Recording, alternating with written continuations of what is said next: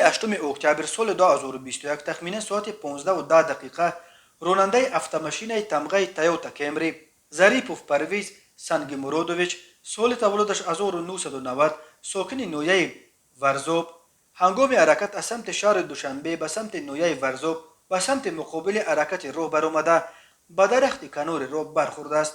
вазорати корҳои дохила гуфт ронандаи Toyota қоидаҳои ҳаракати роҳро риоя накардааст.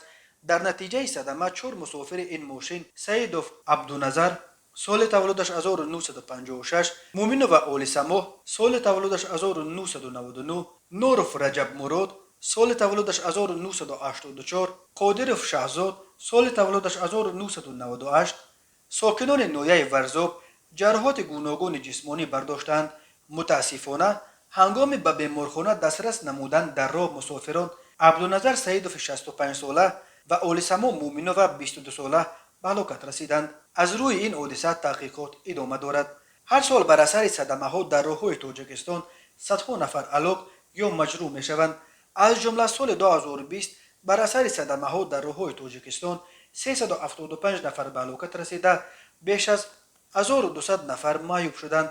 дар нимаи аввали соли 2021 дар роҳҳои Тоҷикистон 151 нафар дар садамаҳои нақлиётӣ ҷон бохтанд.